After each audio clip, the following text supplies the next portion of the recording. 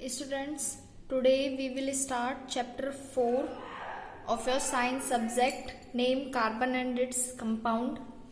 First of all, in this chapter we will be studying about compounds and their properties, and we shall be learning about carbon, an element.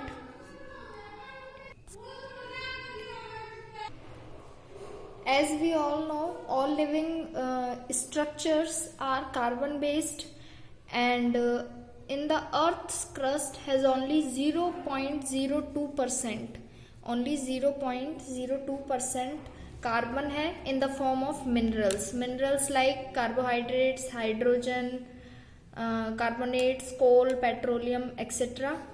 ये तो है अर्थ की crust में 0.02%, and atmospheric carbon है only 0.03%. Carbon dioxide की form में है atmosphere में. Now we will start introduction of this chapter. Compound से स्टार्ट करते हैं. Compounds are of two types. दो टाइप्स के कंपाउंड्स होते हैं normally, organic and inorganic.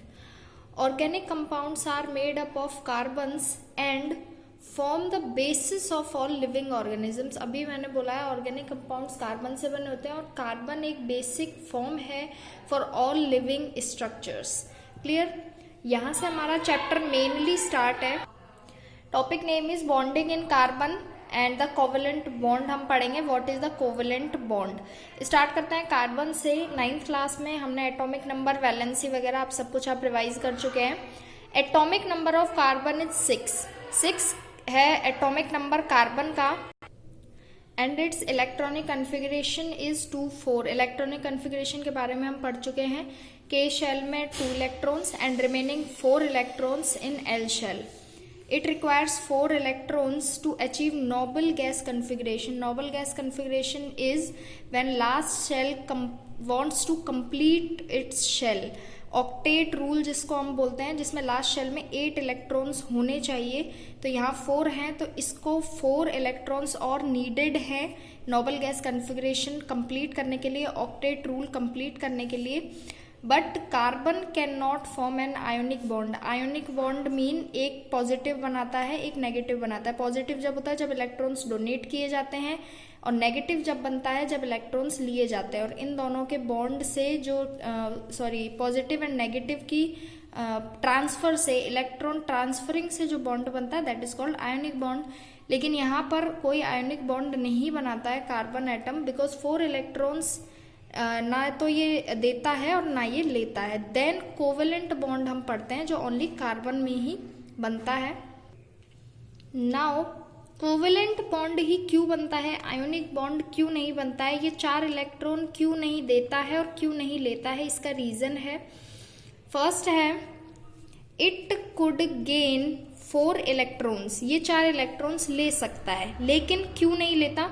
Because it would be difficult for the nucleus with 6 protons to hold on to 10 electrons. मैं आपको इसको डिटेल में समझाती हूँ. हमने पढ़ा है जितने नंबर ऑफ इलेक्ट्रॉन्स होते हैं उतने ही प्रोटॉन्स होते हैं किसी भी एटम में.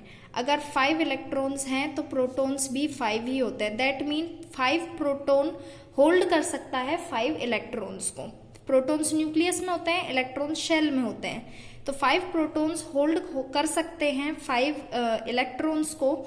लेकिन अगर ये 4 इलेक्ट्रॉन लेता है, इस पहले हम डायरेक्ट एटॉमिक नंबर से बात करते हैं. एटॉमिक नंबर 6 है, तो इसमें 6 जब एटॉमिक नंबर है तो जितना एटॉमिक नंबर होगा उतने ही इलेक्ट्रॉन होंगे और उतने ही प्रोटॉन होंगे. दैट मीन 6 एटॉमिक नंबर है तो 6 ही इलेक्ट्रॉन है और 6 ही प्रोटॉन है. तो प्रोटॉन कितने हैं? 6. अगर ये अब इसके पास 6 इलेक्ट्रॉन्स हैं और अगर ये 4 इलेक्ट्रॉन्स और लेता है अपना ऑक्टेट कंप्लीट करने के लिए, 8 कंप्लीट करने के लिए 4 इलेक्ट्रॉन और लेता है, देन इलेक्ट्रॉन कितने हो जाएंगे? 6 ये ऑलरेडी हैं और 4 ये और लेगा तो इलेक्ट्रॉन्स हो जाएंगे 10 और प्रोटॉन 6 ही रहेंगे. तो ये रूल है किसी भी एटम में जितने इलेक्ट्रॉन्स होते हैं उतने ही प्रोटॉन होते हैं. मतलब 6 प्रोटॉन 6 इलेक्ट्रॉन्स को ही होल्ड कर सकते हैं. लेकिन अगर ये 4 इलेक्ट्रॉन्स लेता है देन इलेक्ट्रॉन हो जाएंगे 10 और प्रोटॉन रहेंगे 6. तो 6 प्रोटॉन्स होल्ड नहीं कर सकते हैं 10 इलेक्ट्रॉन्स को, दैट इज वाई ये 4 इलेक्ट्रॉन नहीं ले सकता। अब वापस पढ़ लेते हैं line, it could gain 4 electrons, ये ले सकता था 4 electrons, because it would be difficult, लेकिन बहुत डिफिकल्ट होगा फॉर द न्यूक्लियस, न्यूक्लियस के लिए जिसके पास 6 प्रोटॉन्स हैं, to hold on to 10 electron. 6 protons वाले न्यूक्लियस को मुश्किल होगी 10 इलेक्ट्रॉन्स को होल्ड करने के लिए, दैट इज वाई ये इलेक्ट्रॉन्स नहीं लेगा। सेकेंड पॉइंट आता है, फिर ये 4 इलेक्ट्रॉन्स अपने किसी को दे सकता है। It could not lose 4 electrons, लेकिन ये अपने 4 इलेक्ट्रॉन्स दे भी नहीं सकता किसी को, बिकॉज एक इलेक्ट्रॉन देने के लिए अमाउंट में एनर्जी चाहिए होती है, बहुत ज़्यादा लार्ज अमाउंट ऑफ एनर्जी। तो 4 इलेक्ट्रॉन्स देने के लिए और ज़्यादा एनर्जी चाहिए, लेकिन कार्बन एटम छोटा है साइज में, इसमें इतनी एनर्जी नहीं है 4 इलेक्ट्रॉन्स लूज करने की। It could not lose 4 electrons because it requires a large amount of energy, से बहुत ज़्यादा अमाउंट में एनर्जी चाहिए to remove 4 electrons, 4 electrons remove करने के लिए। तो जहां भी बात आएगी कोवेलेंट बॉन्ड की, आपसे क्वेश्चन पूछा जाएगा व्हाट इज कोवेलेंट बॉन्ड, तो आपको यहीं से स्टार्ट करना है, कार्बन से ही। ये सबसे पहले आप बताएंगे कार्बन का एटॉमिक नंबर, इसका इलेक्ट्रॉनिक कन्फिगरेशन, फिर इसका इलेक्ट्रॉनिक कन्फिगरेशन 2-4 है, इसको 4 इलेक्ट्रॉन्स और रिक्वायर्ड हैं ऑक्टेट कंप्लीट करने के लिए। अब ये 4 इलेक्ट्रॉन इसे चाहिए, तो या तो ये 4 इलेक्ट्रॉन लेगा या 4 इलेक्ट्रॉन देगा, तो ये दोनों ही काम नहीं होंगे, इसलिए आपको ये 2 पॉइंट एक्सप्लेन करने होंगे कि क्यों नहीं लेगा और क्यों नहीं देगा। ये 4 इलेक्ट्रॉन देगा इसलिए नहीं, बिकॉज 4 इलेक्ट्रॉन्स देने के लिए लार्ज अमाउंट ऑफ एनर्जी चाहिए जो छोटे एटम के पास नहीं होती है।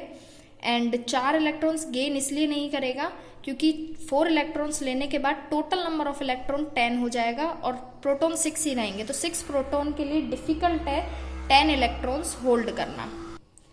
Thus, carbon overcomes this problem by sharing its valence electrons. Valence electrons हम पढ़ चुके हैं, आपको पता होगा लास्ट शेल में जितने इलेक्ट्रॉन्स होते हैं उनको वैलेंस इलेक्ट्रॉन्स बोलते हैं। तो जब ये वाला मान लीजिए 2 कार्बन एटम है, एक ये है और एक ये है, इसके पास भी 4 इलेक्ट्रॉन है 1 2 3 4, और इसके पास भी 4 है 1 2 3 4। ये कार्बन एटम 4 देगा नहीं अपने, जिससे इसके पास 8 हो जाए, और ये भी अपने 4 इसको नहीं देगा। तो वैलेंस इलेक्ट्रॉन्स की यहाँ पर जब लेना देना नहीं होगा देन वहां पर शेयरिंग की जाएगी। तो शेयरिंग से जो बॉन्ड बनता है that is called covalent bond, और आयोनिक बॉन्ड होता है ट्रांसफर से, वो अपने इलेक्ट्रॉन्स दे देता है, लेने वाला लेता है, देन वो ट्रांसफर होगा इलेक्ट्रॉन्स का, देन आयोनिक बॉन्ड बनता है। यहाँ शेयरिंग है, carbon overcomes this problem by sharing of its valence electron with other carbon atom. एक कार्बन एटम दूसरे कार्बन एटम के साथ ये 4-4 इलेक्ट्रॉन शेयर कर लेते हैं, और with atoms of other element. जरूरी नहीं है कार्बन कार्बन के साथ ही शेयर करे, कार्बन ऑक्सीजन नाइट्रोजन किसी के साथ भी शेयर कर सकता है। तो शेयरिंग से जो बॉन्ड बनेगा that is called covalent bond. तो ये इसकी डेफिनेशन है, the bond which is formed by the sharing of electrons pairs between 2 atom. और एक बात याद रखने, इलेक्ट्रॉन कोई भी एक इलेक्ट्रॉन कभी शेयर नहीं होता, इलेक्ट्रॉन्स ऑलवेज पेयर में शेयर होंगे, हमेशा याद रखना है आपको। The bond which are formed by the sharing of electrons pair between 2 atoms is known as covalent bond. Sharing से जो बॉन्ड फॉर्म होगा that is called covalent bond.